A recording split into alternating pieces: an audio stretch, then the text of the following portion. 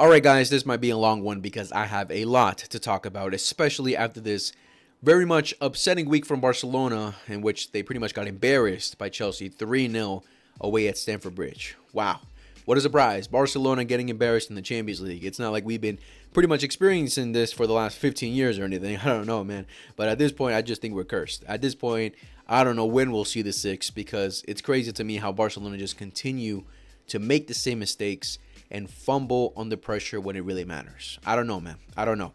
And it's crazy to think how just a couple months ago, this team went from being one of the best teams in the world, scoring goals for fun, every one of their players just in form, being the best version of themselves, and looking at us this season, nowhere near that level. Of course, there are many factors that we can say as an explanation as to why we dropped off so bad, but still, man, it's shocking how things can just change like that, right? He's like, look at Liverpool. It's the same situation with Liverpool. How last season they were great, and now look at how they're doing so far now, right? It's crazy how fast football can change. And also, especially looking after this blockbuster Champions League week with a lot of great games, a lot of high score lines, the top teams showing their class yet again. Looking at those teams, I'm just like, man, we stand no chance. We stand absolutely no chance if we were to face these teams in the knockout rounds. If we get there. If we get there. Now, I'm confident we will, but still, if we go up against one of these teams in the knockout rounds, like the best teams we can say so far, like Arsenal, Bayern Munich, PSG, maybe throw in Chelsea now at this point because how we played against them. If we go up against them in a knockout round, even if we get home advantage for the second leg, I see us fumbling it. I see us losing because what I would consider the fundamentals of the game, the fundamentals for every team that should be practicing and, trying to get right, it looks like we're lacking and like we're a level below all these other teams, right? And we're going to talk about that. We're going to talk about all that right there. And also want to talk about a little bit about Araujo's situation, which apparently if you guys have been aware on X, Twitter, whatever you want to call it, that he's been feeling down. He's mentally not feeling good because of all the abuse and all the hate that he's been getting after the game against Chelsea after he got his red card and everything, right? And I'm not one to condone that kind of behavior from fans. There's always, for every fan base, there's always those weirdos who just want to send death threats and say all this stupid stuff. I don't know why. It's just so weird to me. I'm not one for those, but we also must understand that after having such a bad game, they're in the spotlight, so they're going to get criticism. But then there's some people that just take it too far. I'm going to give my opinion on that as well. So all I can say right now is just sit back, sit tight, grab a drink, grab a snack, and join me as we talk about the most beautiful club in the world, FC Barcelona. Let's get it. So what did I mean by the fundamentals of football? What do I mean by that? Well, looking at this Chelsea game, and pretty much looking at how it's been in every big game that we played so far this season, against Real Madrid, against PSG, and now against Chelsea. Every single game, we saw the same things from Barcelona that they got wrong and deserved to lose because the other team got it right and they were far superior. What were those things? The intensity, the physical aspect of the game, and mentality. Those things I just see Barcelona completely out of it. Nowhere near the level to compete in these European nights, especially in the later stages. I don't see it happening because we just look so far below these other teams. Looking at this Chelsea team, first 10 minutes of the game, we pressed well. We were going at them. And then after that, downhill. We let them get into their game, and they completely dominated us after that. Looking back at PSG, first 20, 25 minutes max, we did well. We were going at them. Shut down again. We let them into their game. They pressed us. They suffocated us, and they got the win. Looking at Real Madrid, that first half, embarrassing as well. They pressed us. They put us under pressure. We couldn't handle it, and they went up. Of course, in the second half, they went defensive mode, but still, it's a matter of, I don't understand how this team for 10, 15 minutes, 20 minutes max look like they're up for it, look like they're ready to compete, and then after that, they just completely fall off a cliff. Like they don't know what to do at that point. Like, what are we doing in these training sessions that we just fall under pressure so quickly that the other team can just figure us out so quickly? I don't get it. The lack of intensity when we press, the lack of efficiency, the lack of cohesion is just so bad. It's so embarrassing. Like the way that we press has been the major problem so far this season. Everyone's been saying the high line, offside trap, because that wasn't a problem for this Chelsea game. The problem was our intensity going forward, our attitude going forward, and how disorganized we are in the press. Because the way that Chelsea just, after just 10 minutes, they just figured this out and were like, all right, we got it now. We're going to play through them easily. Pretty much like every team has been doing against us. It's so bad. And again, I'm just wondering, what are we doing in trainings? What are we doing? Because it just looks like, man, it's so embarrassing. Like, for example, the first goal for the corner kick and then Cucure's assist practically, and then the own goal from Jules Koundé. How did that play start? Robert Sanchez has the ball right here. Caicedo completely open by himself. Lamine on no one. Lewa pressing. Fermin on James. And Ferran Torres over here on, I think that's Chalaba, or I don't know who it is. But look at Caicedo. How he has just the freedom to drop all the way back, and an easy pass to him, a little half turn, and boom, they're attacking us. They're all over us. And then that's how they got the corner kick, and then that's how they go. But it's just a matter of, how do we make it look so easy for them? How do we do this? And then when they do it, when they press us, we can't find any type of solution.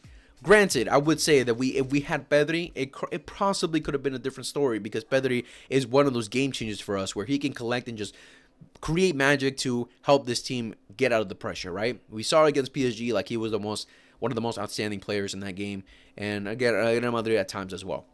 But it's a matter of, this has to be a collective thing, a team thing, not just relying on individuals to do all the work. It's just so bad. Chelsea just pressed us, suffocated us. We had no chance. Our wingers practically useless, because Cucurella, Reece James, or Malo Gusto, whoever you want to call it, were always consistently on the wingers. We couldn't breathe. The midfield all over the place. Again, granted, we were missing Pedri, but still a matter of, it's how Chelsea pressed us, how organized they look pressing us. The same thing goes for PSG, how easily and organized they pressed us and took us out of our game. Real Madrid, the intensity going forward, pressuring, that we were forcing long balls, we were forcing balls going forward that we lost all the time. It was so bad, man. And again, it's just a question, what are we doing wrong in trainings? What are we not doing right? To the point where it pretty much looks like boys versus men out there. Thinking about the 50-50 battles as well, how we lose every single one. How these players just look so out of it anytime they have to go against these top oppositions. Because the physicality aspect is major. Looking back at the game against Newcastle, everyone was saying physicality versus brains, IQ, whatever you want to call it. Because Barcelona, the main thing that going into that game, the main problem that we were all thinking is the physical aspect, because Newcastle is such a physical team, such a strong team. And then we saw in that game how practically brain over matter at that point, because Barcelona just played them out the park. Anthony Gordon after the game saying that we haven't gone up against a team that can just control the game that easily, pass around that easily, you know. And that's great and all against a smaller side, because Newcastle, and it's not even me trying to be disrespectful or anything, but compared to the likes of Arsenal, PSG, Bayern Munich, they're not at that level, right? So against them, all right, it could be acceptable. But then when you go up against these teams that not only have the brains, but also have the physicality aspect, then you're going to get played out the park. Like we did against Chelsea. Like we did against PSG and Real Madrid. It's embarrassing. I don't know what we're doing. And then the mentality. The mentality was the main part for me that pissed me off.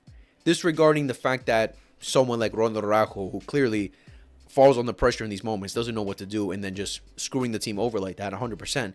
Player like Ferran Torres, who have an open shot and just don't know what to do and completely lose out of it. Players like Frankie de Jong, who's gotten a lot of criticism after the game, because we tend to see that in big nights, he fumbles it a little bit, especially if he doesn't have his partner next to him, right? So, but it's the matter of looking back at that second half, it was so frustrating. And there's a tweet that clearly examples that, like the exact same feeling that I have. Hansi Flick was unhappy with how his players seemed to give up after Chelsea's second goal. The team looked as though it had accepted defeat, despite there still being plenty of time left, and that's precisely the mentality he wants to eliminate. I 100% agree. For those that watch my live when I streamed the game and my video after the game, that was the main thing that frustrated me so much and that pissed me off, bro. How yes, I can understand We're 10 man now. We're 1 man down. It's gonna be 10 times harder, right? It's gonna be 10 times harder to go up against a team who look way better than you at that point, right? I understand it's gonna be difficult, but then the attitude from the players, the way they were on the pitch, they completely gave up. They completely gave up. Just walking around. Again, the press just looks horrific. Rafinha was the only one I can give any type of credit in that second half because he was actually trying. He was actually fighting for the badge. You guys are representing FC Barcelona. You have to fight until the end, no matter what. I got to the point where I'm like, bro, just foul them. Do something. Show some type of aggression, some kind of passion, some kind of dignity. I don't know. But the way that the players' attitude was in that second half was so embarrassing. I was like, bro, what is happening to us? And if that's the attitude we're going to go into in any type of adversity that we go through, we have no chance in this Champions League. No chance. Because the top teams always have the mental aspect. Because let's be completely honest. This Chelsea side isn't full of world-class talents, superstars, world beaters all around their pitch, right? When we compare it to the likes of Real Madrid, who have Kylian Mbappe, Vinicius Jr., Jude Bellingham, Trent Alexander-Arnold, when we compare it to the likes of PSG with Dembele, Kvaratskhelia, Hakimi, Doué, all these great players who on paper look like superstars, they don't have that team. They were playing Garnacho, Neto, and Estevao up top. Estevao was a young talent still. He's still showing what he's capable of, but he's nowhere near the finished product. Enzo Fernandez, like, yes, he's pretty good, but I want to, like, the only world class players I would say from Chelsea from that game, who I personally would call world class, is Caicedo and Reece James. I like both of those players a lot. They're incredible players. But then the rest of the team, they're really good players. They're really talented players, but they're not world beaters like the players I just mentioned, right? But what is the thing that they get right? What is the advantage that they have? Is that they play as a unit. They play as a team. They play for each other. They don't have to rely on individuals to save the day. Like we tend to rely on Pedri, like we tend to rely on Lamine Yamal to save everything for us, to do everything for us. They play as a unit. Because let's be honest, do they really have a player like Lamine Yamal, a superstar to that talent, besides maybe Cole Palmer, okay? Besides Cole Palmer. Estevao, again, like he had a great goal and he did great for that goal. It was a sensational goal. But again, that first half, I wouldn't say he was spectacular or amazing or did anything particularly like in the level of Lamine Yamal when we see him at his best. But again, it's a matter of they don't have that kind of superstar like Lamine Yamal, right? So if a team like Chelsea with players, again, who are really good players, really talented players, but again, the main thing that they focus on is the cohesion of the team, how organized and how they play as a team. And that's as much credit we can give to Enzo Maresca as well, because he knows how to set up against these big sides, against against bigger sides. He knows how to set up against them to try and get results. So much credit to him as well. But it's a matter of if Chelsea can do it, what do you think Arsenal's going to do to us? What do you think Bayern's going to do to us? What do you think PSG, full force, the full team, their strongest team, are going to do to us? They're going to completely play us out the park. They're going to completely embarrass us. No matter what. Again, we can get second leg at home. No matter what, we're still going to get embarrassed. Because physically, mentally, intensity is nowhere near there. Again, that second half against Chelsea, the only one that showed all those things were Rafinha. And it's sad. And it's sad because, again, these players are repping Barcelona and they're acting like children out there who just gave up. Who felt under pressure and just like, oh, well, let's take it slow now. What can we do? We lost at this point. It was so embarrassing. Like that game, and Rafinha being the main guy and showing fight and showing attitude reminded me of when we played against Bayern Munich a couple years back under Xavi when we lost 3-0 at home. And I remember the only player who is actually fighting for the badge, who is actually fighting for some type of dignity. Do you guys remember who I was? If you guys don't, it was Pedri. Pedri, what a game he had.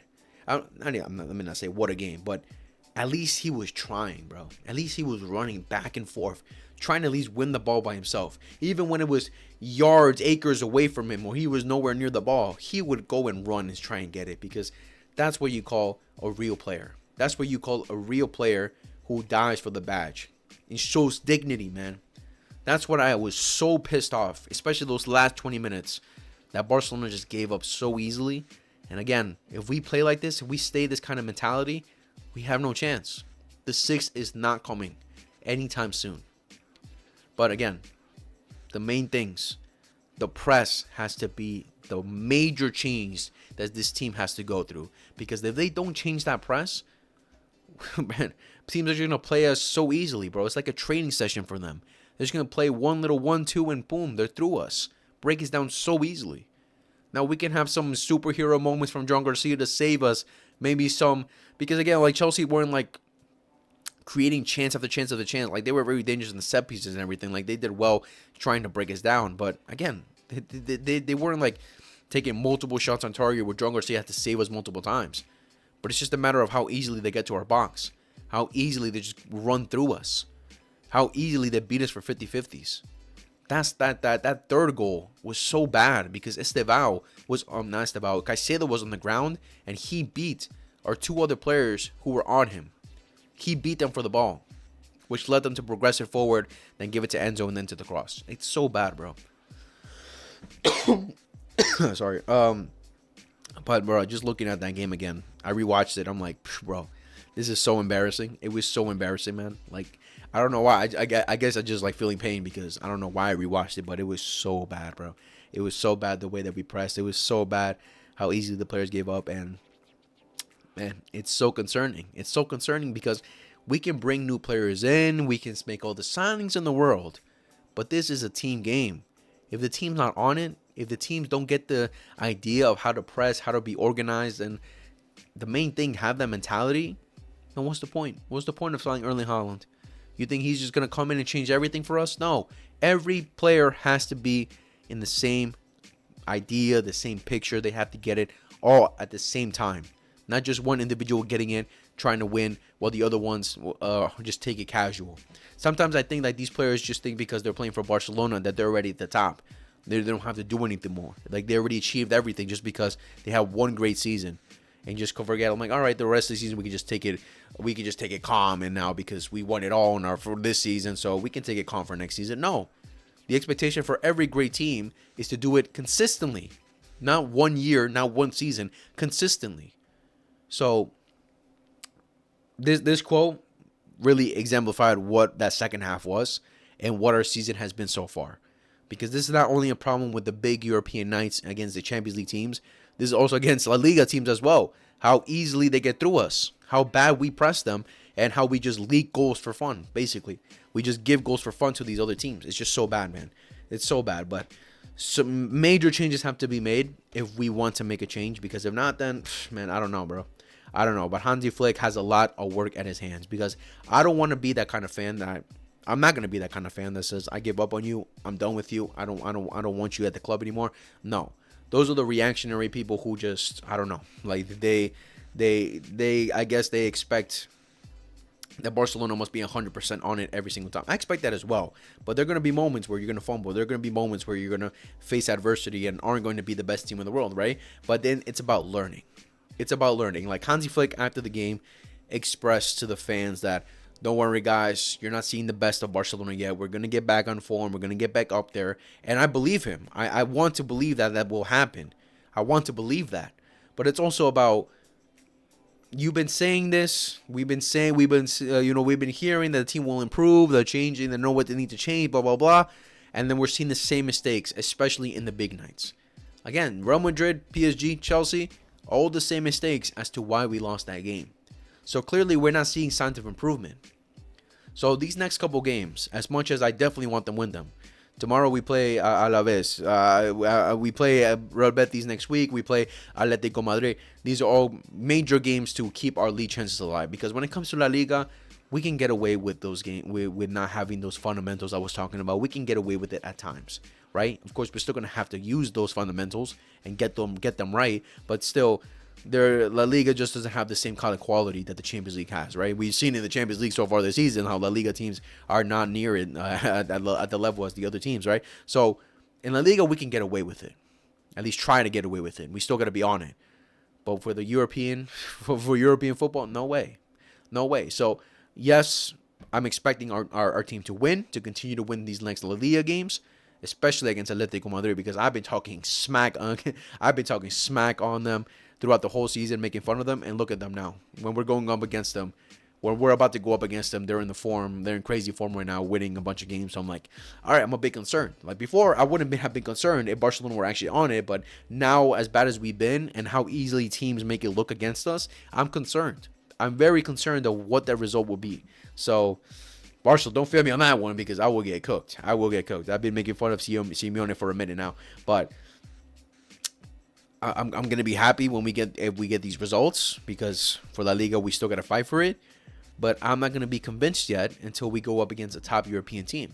And looking at the rest of our games in Europe, we don't have what we can say a top team. We have Frankfurt, we have Slavia Prague, and we have, I forgot, the Copenhagen. So, I mean, some of them are going to be away, so they might be difficult for us considering how bad we've been. And how I basically see, like, every week, every La Liga team we face, every team we face because here are saying, we know how to beat this team. We know how to go against them. We can match them. So, like, I'm like, bro, we're giving these teams confidence, bro. We're giving these teams that we should be beating, that should be scared of going up against FC Barcelona. We're giving them, like, hope that they can beat us. That's how bad we've been. That's how bad we've been, bro. It's, like, so bad. I'm like, man. And at this point, I'm concerned as well. I'm concerned of what results we can actually get in these next coming weeks. Before January, we have to still be up there. We still got to match Real Madrid no matter what. I expect this team to, if Real Madrid don't fumble, we still make it 1 point a disadvantage by January before we go into midwinter break, whatever you call it. But, man, a lot of concerns for sure. A lot of concerns. So, now going into the other topic, which is Ronald Araujo. So, as you can see from this tweet right here, Ronald Araujo is very affected following the Chelsea game. So, I've been seeing a lot of things. He's not going to be part of the game for tomorrow. Apparently he has a stomach virus.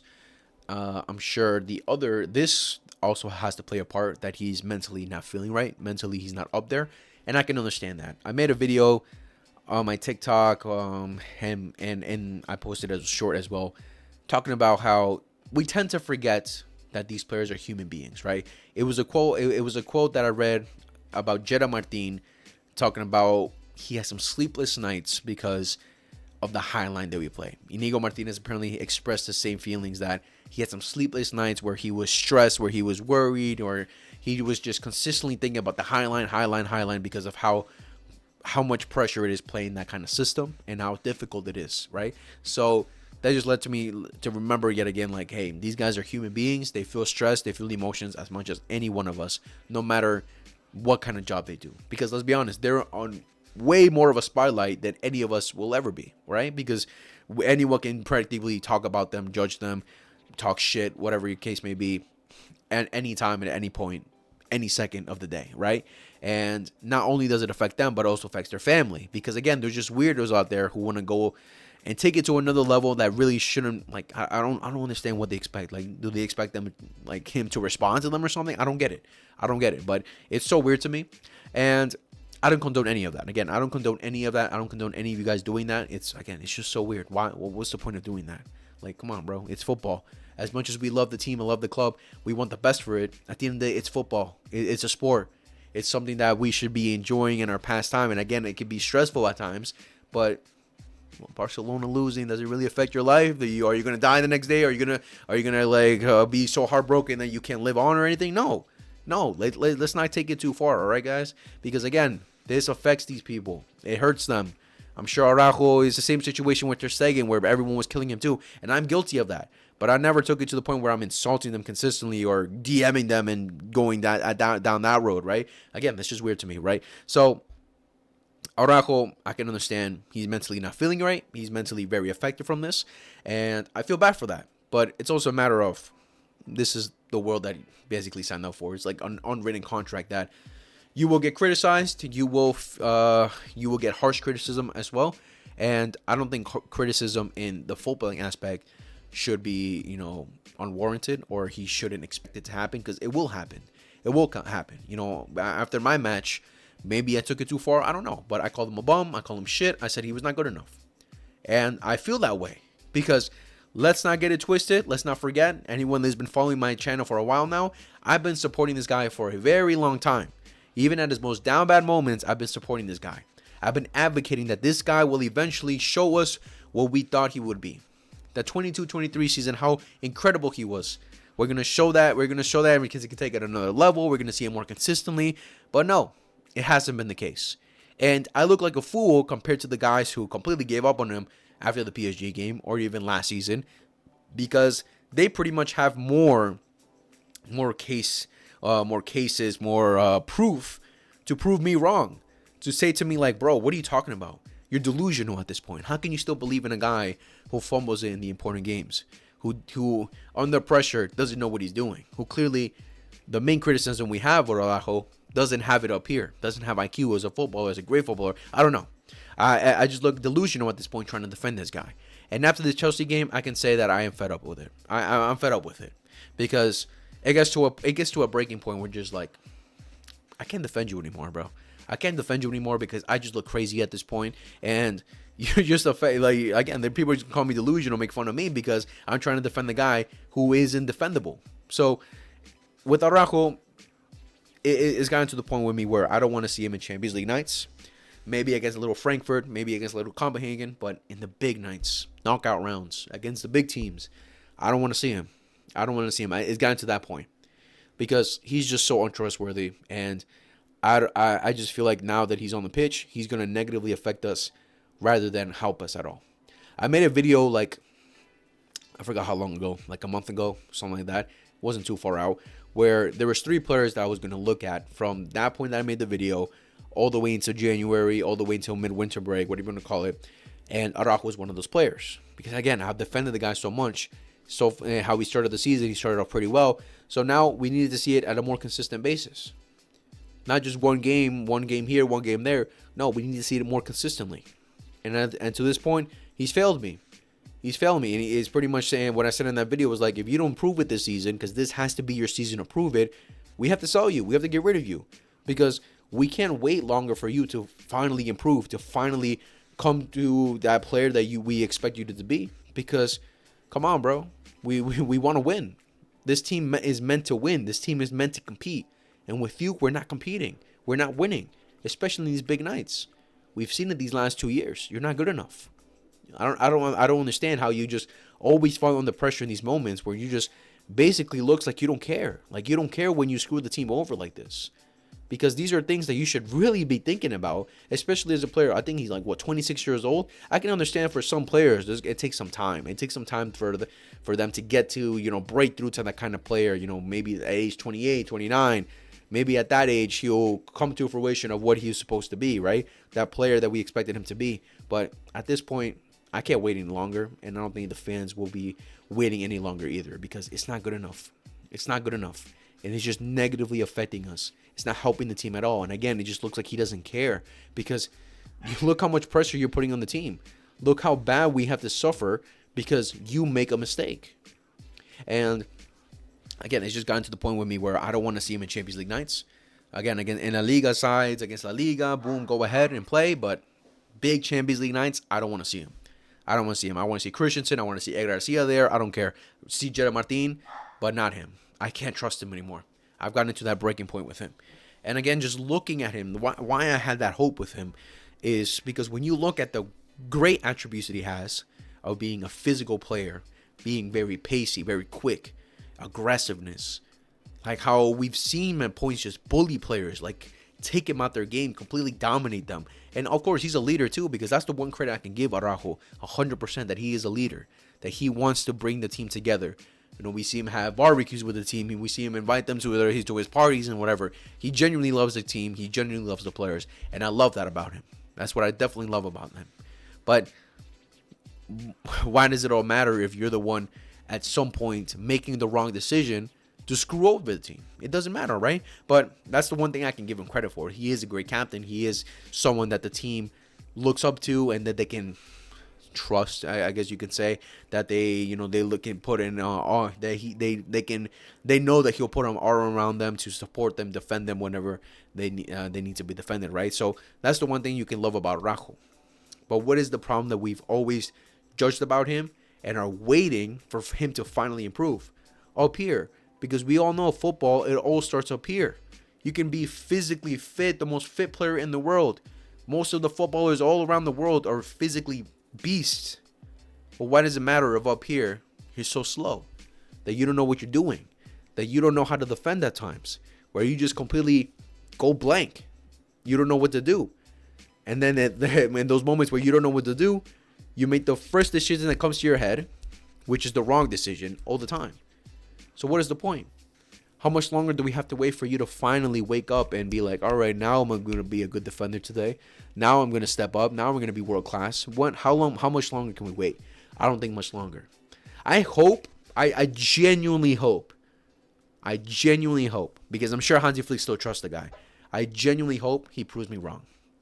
Because I did love Araujo at one point. Right now, my love for him, my support went for him after the Chelsea game went from, I'd say 95%. Right now, it's around 25%. It's gotten that bad. Like, that's how much it dropped after this game. So, it's still a tiny, like, slither of trust, slither of hope that I can, like, hopefully he can become a great defender. But, man, he's going to have to prove it at such a consistent rate that I'm like, all right, you completely shut me up. And what does that mean? It doesn't mean, oh, you have a great performance against Copenhagen, against Real Sociedad, against Getafe. No, it means when we go up against a big team and Hansi Flick decides to trust you, you step up. You step up massively and prove me wrong. And again, from here all the way to the summer at this point, all the way till May at this point, you have to step up massively at this point to shut me up and just get my support again. And not even mine, from a lot of Barca fans, because a lot of Barca fans have completely gave up on you. I'm still 25% there. 25. And, man, again, I don't condone in the abuse. The people that have completely gave up on you, those are the weirdos who, want to, again, just be weird and send all those stupid messages and stuff. Again, there's no point. They're so dumb. Just like, come on, just live your life. It doesn't affect you, okay? But, man, I hope he proves me wrong, bro. But I don't know, bro. It's looking tough. It's looking very tough. Again, it's going to depend heavily on Hansi Flick, too, to see how much he trusts you as well. Because I'm sure Hansi Flick is looking at it as well, saying, like, all right, can I really trust this guy? Can I really trust this guy? He can trust you as a leader. He can trust you as someone who can bring the team together. He can trust you maybe to be a super sub in the 90th minute and stuff. But in a big night, starting, that's the main concern, bro. The main concern. And, I mean, we'll see, bro. But you have to have a complete 360, 180, what you want to say. But there's a lot of changes you need to make. And it all starts up here, bro. I don't know. Have a chat with Pedri. Have a chat with Piqué. Have a chat with someone who up here is, on another level. Have a chat with them, and just learn a little bit from them. Have a conversation. I don't know, but up here it has to change, because all this is all great, but up here not good enough. So please make some changes, buddy. Make some changes, my friend. But yeah, guys, that was the video for today. How long was it? 33 minutes. It's not that long. 33 minutes is not bad. But yeah, guys, that was the video for today. Let me know down in the comments what you guys thought. What are you guys' feelings after this pretty bad week? And how are you feeling for the next upcoming games, especially the next big game being Atletico Madrid next week, midweek game on Tuesday? How are you guys feeling about that? Are you confident, or are you concerned like I am a little bit, because the way that we're playing is not good enough? And I don't know. Man, it's tough. It's tough to trust his team right now. It's tough. Hopefully when Pedri comes back, which is looking like he'll be back this week, hopefully when he comes back, he can change. But again, we can't be depending on individuals, bro. This team has to step up together, not relying just on individuals. So hopefully Hansi Flick makes some drastic changes and we can compete, man. Because, man, just looking at Arsenal, looking at Bayern, bro, I just envy them because they look so good. And I'm like, bro, what are we doing wrong? What are we doing wrong?